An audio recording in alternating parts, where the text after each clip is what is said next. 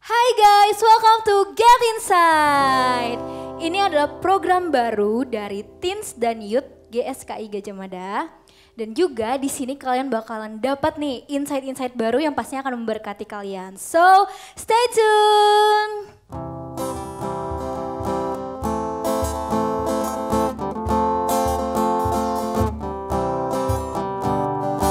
Open the eyes of my heart, Lord.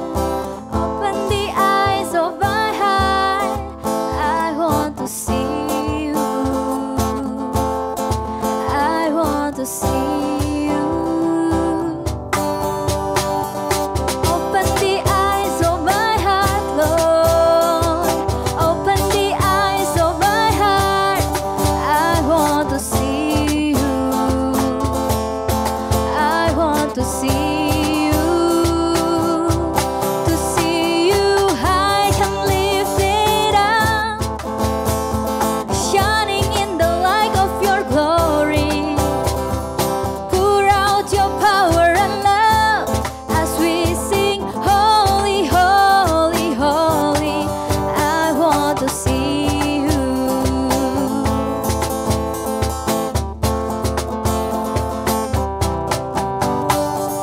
Open the eyes of my heart, Lord. Open the eyes of my heart. I want to see you. I want to see you. Open the eyes of my heart, Lord. Open the eyes of my heart. I want to see you. I want to see you. To see you high and lifted up, shining in the light of your glory.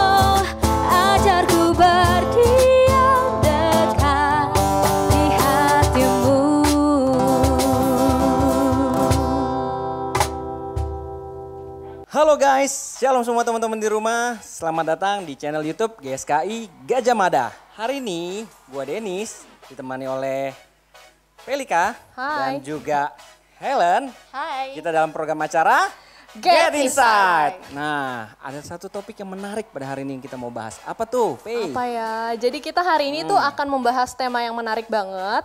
Buat teman-teman mungkin kayaknya sering dengar tapi jarang dibahas tuh.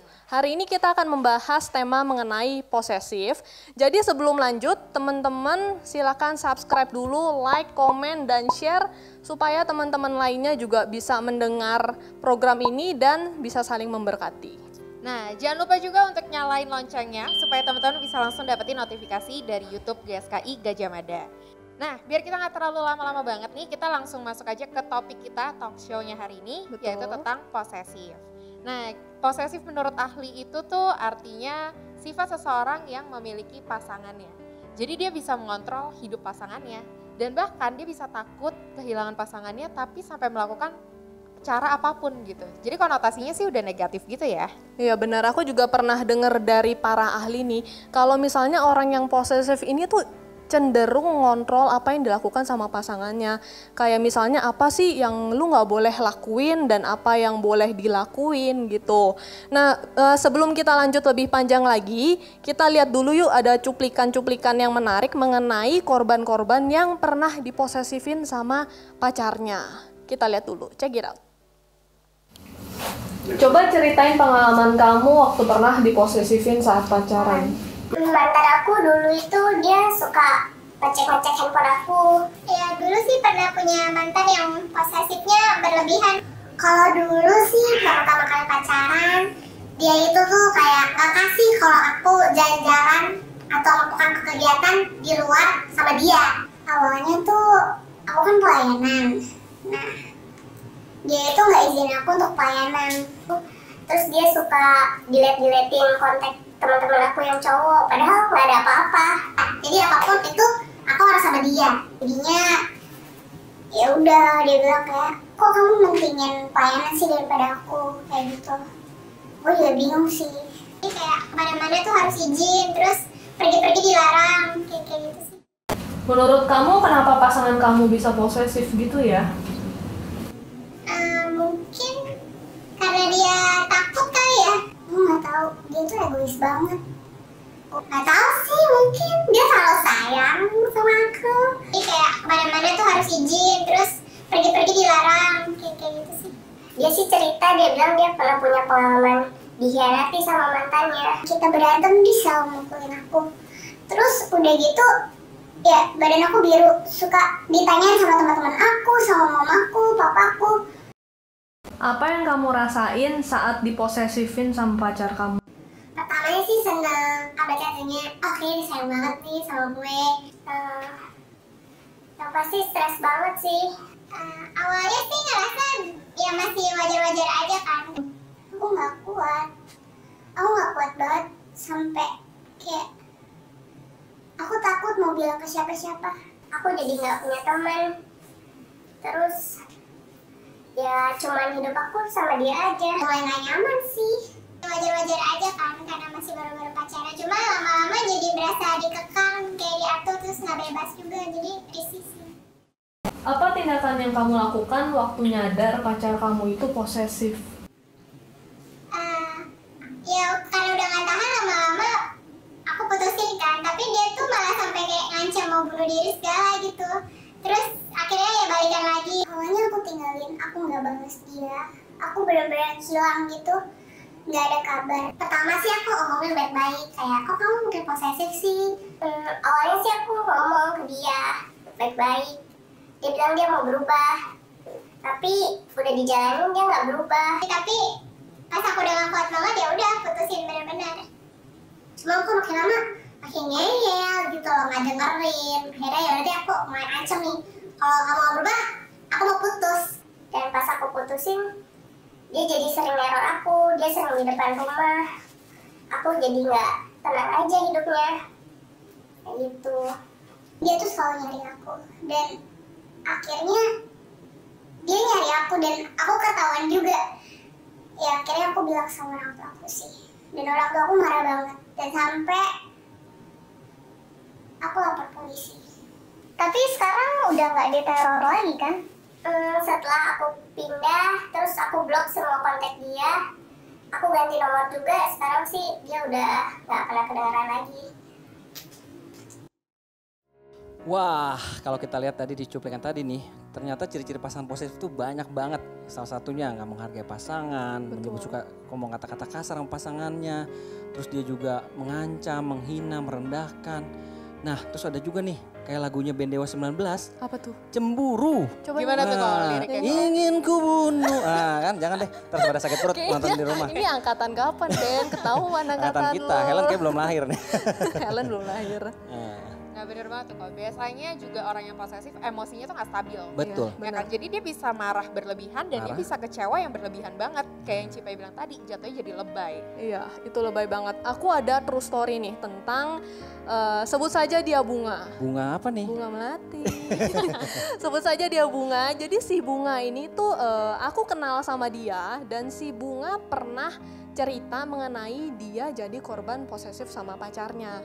Si Bunga ini tuh kurang lebih pacaran hampir 1 tahun sama si pacarnya, mantannya sekarang. Dia tuh udah nyadar nih kalau dia tuh diposesifin sama pacarnya. Si Bunga ini mau memutuskan hubungan sama pacarnya, tapi karena dianya sulit banget dan pacarnya adalah mengancam ingin bunuh diri. Wow, serem Bunuh banget. diri ya, itu serem banget sih. Itu Buset, repot bunuh kan, diri. maksudnya dia tuh udah sadar kalau dia tuh ada di track yang salah, dia pengen berhentiin, dia pengen putusin, tapi pacarnya ngancem bunuh diri gitu. Dan itu memang sulit buat dilakukan gitu. Sebenarnya tema ini adalah posesif seperti Allah Bapa. Kalau kita pernah dengar Allah Bapa itu adalah posesif dalam hal yang positif. Kayak misalnya kita pernah dengar di Alkitab Allah Bapa menginginkan kita sepenuhnya jadi miliknya. Benar-benar seutuhnya kita harus jadi milik dia gitu. Kedengerannya sih kayaknya posesif lah. Sepenuhnya lo benar-benar hidup mati kita itu adalah milik Allah Bapa gitu. Dan itu adalah posesif yang positif. Iya sih. Karena tujuannya Allah Bapa adalah mau kita tuh selamat. Supaya Betul. kita nggak binasa jatuh ke api kekal gitu. Benar. Iya. Betul banget, soalnya kan Allah Bapa kan pemilik kehidupan kita. Nah, dia juga pemilik kehidupan pasangan kita. Iya. Jadi sebenarnya kita nggak berhak nih dengan diri kita sendiri nih. Bener juga tadi kata Pelika, soalnya ada ayatnya tuh. Gimana tuh kalau ayatnya? Aduh, maaf nih, lupa. Oke teman-teman, kita buka dulu di Yakobus 4 ayatnya yang kelima. Silakan Kak Denis dibacakan. Oke, siap. Yakobus 4 ayat 5. Janganlah kamu menyangka bahwa kitab suci tanpa alasan berkata, roh yang ditempatkan Allah di dalam diri kita diingininya dengan cemburu. Di sini udah jelas banget nih bahwa Allah tuh mengingini kita dengan cemburu. Ya jelas, soalnya Allah tuh pemilik kehidupan kita, benar gak sih teman-teman? Iya benar. Betul banget, kita tuh sebenarnya pertama-tama harus ngenalin dulu sih, jangan-jangan kita yang jadi korban diposesifin atau kita malah yang jadi pelaku posesif itu. Waduh. Jadi kita benar-benar dalam membangun suatu hubungan kita pun harus bergumul, kita harus bertanya sama Tuhan, salah nggak ya yang gue lakuin gitu selama ini. Jangan-jangan kita tuh nggak sadar sama apa yang kita lakukan. Dan kalau ternyata berujungnya kayak cerita si Bunga, si korbannya itu udah terlanjur sadar, maksudnya si Bunganya itu kan dia udah akhirnya sadar, Iya. ya dia putusin itu adalah jalan yang benar gitu. Ntar takutnya ada bunga-bunga yang lain gitu kan. Bunga siapa Kesian gitu kan si loh. bunga yang lain Iya, jadi intinya kalau pasangan kita udah hubungan yang gak sehat nih, terus sudah posesif juga, udah lebih baiknya kita putus aja ya. Iya, itu emang udah jalan yang benar sih. N aja. N. N. Del, kalau kata Babe tuh kita sering denger del gitu. Betul. Nah, anyway nih Ci dan Ko Denis. Ya. Bicara tentang nanya Tuhan, gimana sih kita bisa tahu pasangan kita nih cocok nih buat jadi pasangan hidup? Oke. Gitu. Apakah kita harus tahu dia semuanya setiap hari dia ngapain aja, terus sifat dia sehari-hari kayak gimana? Padahal kan konteksnya itu kita nggak setiap hari bisa ketemu, ya kan? Kita punya kesibukan sendiri, Iya, benar. dia juga punya kesibukannya. Betul. Betul. Ditambah sekarang lagi pandemi kayak gini, Iya. aduh susah banget dong ketemu Ketemu. setiap hari. Bisa nonton lagi kan? Iya. Dan setiap hari tuh nggak mungkin kita punya waktu cuman buat dia doang. Iya. Gitu. Menurut Koko dan Cici nih, gimana sih supaya kita bisa yakin nih pasangan ini nih oke banget nih buat jadi pasangan hidup gue? Duh, si Helen panjang benar Iya tuh jelasinnya. kenapa Pusing. dibablas gitu, lebih panjang bener nanyanya. Nah itulah Len, sama P, kita tuh jadi anak Tuhan harus cerdas. Nah sama selain itu, kita juga harus punya komunitas atau keluarga di gereja. Kebetulan nih, GSKI Gajah Mada tuh punya home seperti itu. Gitu. Boleh, Nah, sebutin Den. home-nya ada 4, yaitu di Menteng 1, Menteng 2, Gajah Mada, sama Kartini. Nah tuh jadi kalian tuh yang ini kan ada istilah nih, love is blind, cinta itu buta. Bucin Nah, ya? di sinilah tempat kita untuk biar kita dikasih tahu sama teman-teman kita bahwa cinta itu nggak buta banget gitu loh, biar Iya, terang betul. matanya. Ya, bener Gitu. banget. Teman-teman yang mau ikut home juga bisa langsung cek aja di Instagramnya GSKI Gajah Mada ya. Ada ya Len ya? Ada dong. Waduh, udah follow belum? Udah dong. Di situ infonya lengkap banget. Siap, Jadi siap, teman-teman siap. bisa langsung ikut ke home-nya kita. Mantap. Ya benar. Nah kalau kita bisa bilang nih, gue nggak bucin gitu. Waktu kita sama pasangan sebenarnya kita bisa lihat tanda-tandanya loh. Kayak contohnya ke Indomaret lu harus video call. Aduh males Itu banget ribet kan? Mungkin Bawa slip belanjaan keranjang kali. tapi yang Iya, satu video call juga Iya, gitu. tapi ini true story. Aku lanjut dari si Bunga yang tadi ya. Oke. Iya, Jadi si si Bunga Bunga lagi. tuh pernah cerita, dia bilang bahkan kalau dia mandi dia tuh harus izin. Wih, serem Seribet banget itu. ya. Dia bahkan kalau misalnya mandinya yang biasanya 15 menit, 30 menit atau bahkan paling lama 1 jam lah. Hah? Kalau lewat 1 jam si Bunga bakal dicariin. Kok Waduh. kamu mandinya lama banget sih gitu. Sebegitu ribetnya gitu. Bahkan kalau misalnya kita bisa lihat contoh lain, dia tuh akan kayak maki-maki pasangannya. Terus gitu dia bahkan bisa yang kayak nangis-nangis minta maaf setelah maki-maki. Emosinya tuh nggak stabil. Itu naik turun dan itu bisa jadi ciri-ciri orang yang posesif. Dan biasanya abusive juga pasti ya Ci? Iya benar. Pusing ya jadi si Bunga ya, kasihan banget Kasihan, pastinya. Bener kasihan, kan? kasihan Iya sih, banget. kasihan sih. Terus juga kalau kita lihat dari sudut pandang nih orang yang posesif nih, orang yang posesif tuh ternyata tuh pastinya dia khawatiran orangnya. Kenapa sih gitu khawatirannya? Pasti karena dia takut kehilangan pasangannya gitu Iya. loh. Dia bucin banget gitu kan. Soalnya jadi dia takut kehilangan pasangannya gitu. Dia ngerasa bahwa pasangannya itu udah kayak KTP dompet harus selalu ada di dalam diri dia gitu loh. Iya, Ya kan? Iya gitu kan. Jadi ya gitu dah ya kan. Bagaimana ya cara kita untuk ngilangin sikap-sikap kayak gitu tuh? Ada tipsnya gak nih? Kalau menurut aku ya, kita kan di gereja tuh pasti kita punya kakak rohani atau mentor. Iya. Nah kita bisa cerita tuh sama kakak rohani kita, sama mentor kita. Atau bahkan kita bisa cerita ke pendeta mungkin di gereja ya. Iya. Tapi kalau udah sampai di tahap paling parahnya kita butuh bantuan psikolog juga nih. Karena kalau kita pendem semuanya sendirian, kita akan jadi orang yang bitter. Itu pasti jiwa kita gak sehat dan kita akan mengecewakan orang-orang di sekitar kita. Nah sebaiknya nih kalau kita udah sadar juga kita sebagai pelaku posesif, kita rendah hati di hadapan Tuhan dan kita minta pertolongan dari Tuhan. Supaya Tuhan bisa memampukan kita untuk menjadi pribadi yang lebih baik lagi. Ya, aku ada pertanyaan nih buat kalian. Kalau misalnya yang kita tahu nih, jemaat Kristen mula-mula itu kan adalah jemaat Kristen yang fanatik banget sama Tuhan. Dia bahkan bisa mengorbankan keluarganya, dia juga rela bahkan mati untuk Tuhan. Nah, kalau menurut kalian berdua nih, itu adalah cinta yang posesif bukan sih? Nah, kita mesti benerin dulu nih konsep tentang mengorbankan keluarga. Karena di zaman dulu, zaman Israel itu mengenal status namanya zaman patriarki. Oke. Jadi suatu kepala keluarga itu dia pucuk pimpinannya gitu loh, laki-laki terutama. Nah, itu dia mengepalai istri dan juga anak dan juga harta-harta benda gitu. Jadi ketika seorang lelaki meninggalkan istri dan juga keluarga-keluarganya tuh, dia tuh udah begitu melakukan pengorbanan yang begitu luar biasa. Nah, itu dilakukan untuk Tuhan Yesus gitu. Dan itu jatuhnya lebih ke cinta tanpa syarat gak sih? Dia Betul. tulus Iya, betul. gitu. Betul. Dia juga gak meminta apapun dari Tuhan. Dia gak minta dia diberkati, terus dia juga gak minta Tuhan tolong dong musnahin orang-orang yang jahat sama aku. Dia juga gak minta gitu kan. Nah kalau kita lihat lagi nih cerita sebelum Stefanus mati. Iya. Dia juga sempat ngomong ke Tuhan. Jangan mereka tidak tahu apa yang mereka perbuat. Jadi jangan Tuhan menghukum mereka gitu. Nah kalau Amazing kita banget sih udah punya cinta yang benar ke Tuhan. Pasti kita mencintai pasangan kita juga dengan benar. Gitu. Gak mungkin kita menjadi orang yang posesif. Ya benar banget sih, kita pun juga sebenarnya harus begitu sih. Kayak kita mencintai Tuhan tanpa syarat. Jangan karena kita ada maunya jadi kayak seakan-akan nih kita tuh mencintai Tuhan banget loh gitu. Gue cinta sama Tuhan. Padahal jangan-jangan dibalik itu semua ya karena ada maunya gitu. Ada udang di balik Batu. Kalau dari tadi kan kita bahas mengenai posesif dalam konteks kekristenan nih, seperti apa sih gitu posesifnya Tuhan Yesus tuh terhadap kita positif gitu. Nah, kita lihat lagi cuplikan dari seorang psikolog nih. Dia akan menjelaskan ke kita mengenai posesif seperti apa dan mungkin apa yang harus kita lakukan. Kita lihat dulu yuk. Cekidot. Halo, teman-teman pernah dengar kata posesif?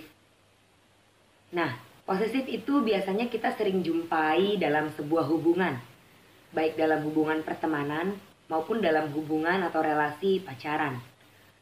Biasanya dalam hubungan pertemanan tidak begitu terasa, tapi dalam hubungan pacaran lebih jelas terasa. Posesif memiliki beberapa definisi, saya coba bagikan 2 definisi hari ini. Yang pertama, berdasarkan Kamus Bahasa Indonesia, posesif itu sendiri adalah sifat yang dimiliki oleh seseorang yang membuat dirinya ingin menjadi pemilik atas diri orang lain secara keseluruhan.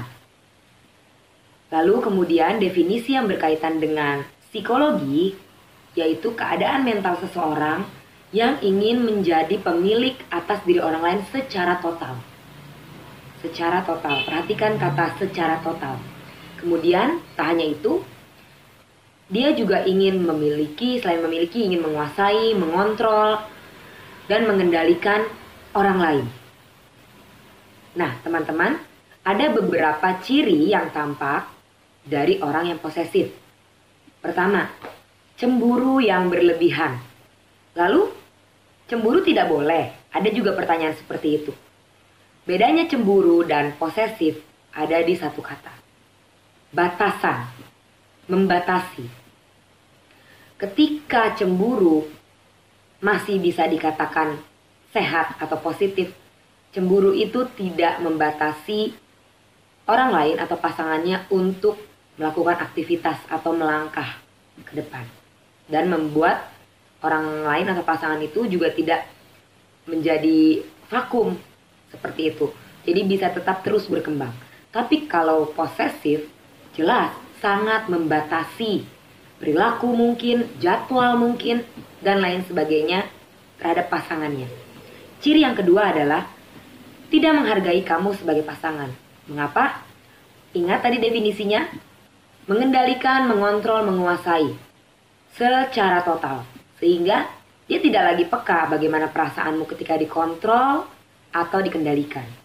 Itu artinya dia kurang menghargai kamu sebagai individu. Yang ketiga, dia selalu mengawasi atau mengontrol secara berlebihan seluruh aspek kehidupan kamu. Pergi dengan siapa, telepon dengan siapa aktivitasnya, dan kemudian jadwal kalian juga bisa diawasi atau dikontrol. Berikutnya yang keempat, ada ancaman atau menuntut kamu secara berlebihan.